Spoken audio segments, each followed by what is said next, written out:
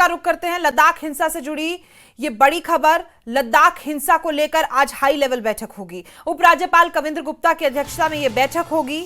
शाम 5 बजे का समय दिया गया है। राजभवन में बताया जा रहा है कि यह अहम बैठक होनी है और इस बैठक में पुलिस और प्रशासन के सीनियर ऑफिसर भी मौजूद रहेंगे। लद्दाख हिंसा में हुई दिन भर में ये दूसरी अहम बैठक होने वाली है। इससे पहले उपराज्यपाल कविंद्र गुप्ता ने वरिष्ठ अधिकारियों के साथ ये अहम बैठक की थी और इस बैठक में ताजा हालात की जानकारी भी ली गई थी। लेकिन एक बार फिर से शाम 5 बजे कई मुद्दों पर बात होनी है, क्योंकि फिलहाल हमने देखा कि एलजी कविंद्र गुप्ता की तरफ से बयान सामने आया कि हो सकता है कि ये जो हिंसा हुई है उसमें नेपाली नागरिकों का हाथ हो, और उसके बाद ये खबर आती है कि पुलिस द्वारा 4 नेपाली नागरिकों को गिरफ्तार कर लिया गया है। तो क्या कारण है और आगे क्या रणनीति अपनाई जाएगी सरकार की तरफ से? क्या बात की जाएगी कि लद्दाख को पूर्ण राज्य का दर्जा बहाल किया जाए या नहीं? कई अहम मुद्दों पर चर्चा होगी। इसी खबर पर मुदस्सिर कादरी हमारे सहयोगी हमारे साथ मौजूद है। मुदस्सिर, हालात हम सब जानते हैं, एक बैठक हो चुकी है, एक और बैठक होनी है। फिलहाल माहौल शांतिपूर्ण है 163 लगाने के बाद और जवान भी वहां पर तैनात है। लेकिन सबसे अहम सवाल जो निकलकर सामने आता है कि क्या सरकार अब इस तरफ ध्यान देगी, क्योंकि जम्मू कश्मीर के राजनीति भी गरमाई हुई है। उनकी तरफ से भी कहना सरकार को ध्यान देना चाहिए लोगों की मांग पर। क्या बैठक में इस बारे में बात हो सकती है कि लद्दाख को 6ठी अनुसूची में डाल दिया जाए, पूर्ण राज्य का दर्जा बहाल कर दिया जाए?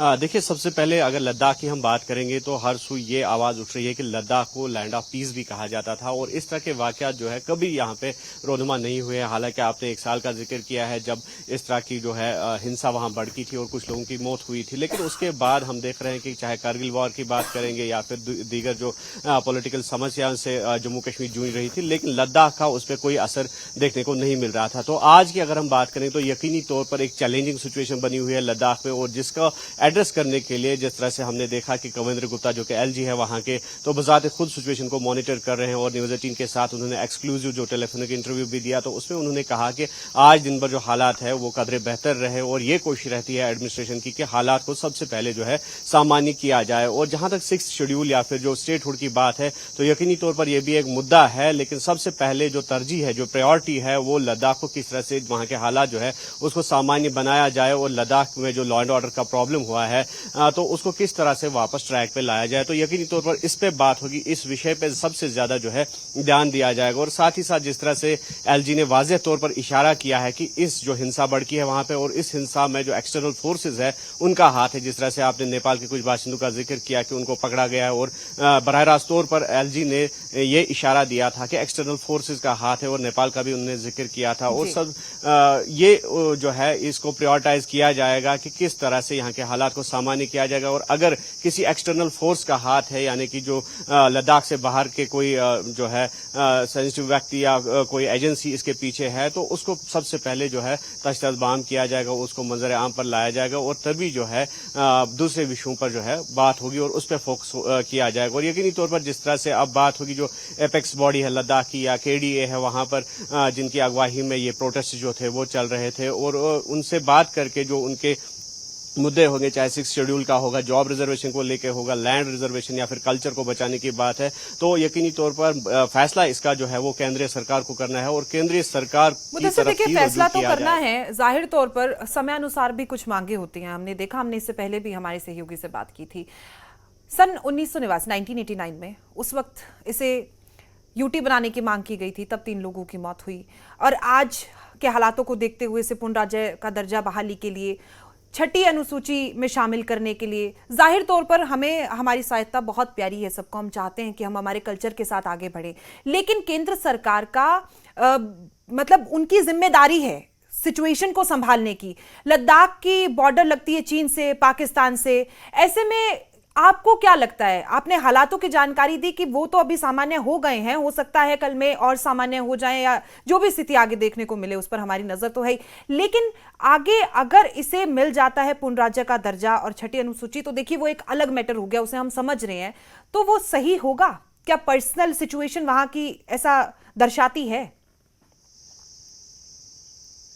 देखिए, जिस तरह से आपने कहा कि हर एक बाशिंदे की, चाहे स्टेट की बात करेंगे या यूटीज की बात करेंगे, तो यहाँ पर हमारे मुल्क में देखा जा रहा है कि यूनिटी इन डाइवर्सिटी जो है वो शायद ही कहीं दुनिया में देखने को मिले। तो ऐसे में यकीनी तौर पर हर राज्य के लोग या अलग अलग जो समुदाय से ताल्लुक रखने वाले लोग हैं, तो उनकी यही कोशिश रहती है कि उनका जो ट्रेडिशन है, उनका जो कल्चर है, वो किसी न किसी तरीके से प्रिजर्व किया जाए। और ऐसे में जो एप्रीहेंशन जताए जा रहे हैं लद्दाखियों की जानिब से कि वो ये है कि अगर इसमें जो बाहर का इंटरफेरेंस रहा लद्दाख में, तो यकीनी तौर पर यहाँ का कल्चर जो है अफेक्ट हो सकता है, उनको डिप्रीव किया जाएगा अपने हुकूक से। और जिस तरह से यहाँ के लैंड या फिर जॉब्स की हम बात करेंगे, तो वो भी शायद उनसे छीने जा सकते हैं। तो ऐसे में यकीनी तौर पर जो डिमांड है उनका, तो उस विषय पे जो है गवर्नमेंट को जो है ध्यान देना होगा जरूर। और जिस तरह से 1989 की आपने बात की और आज 2025 है, और उसमें और आज में बिल्कुल जो है बहुत बड़ा अंतर है, क्योंकि 1989 की अगर हम बात करेंगे तो उस वक्त लद्दाख जो है जम्मू कश्मीर का एक हिस्सा था, और जम्मू कश्मीर एक फुल फ्लेज्ड स्टेट हुआ करती थी, और जहां पर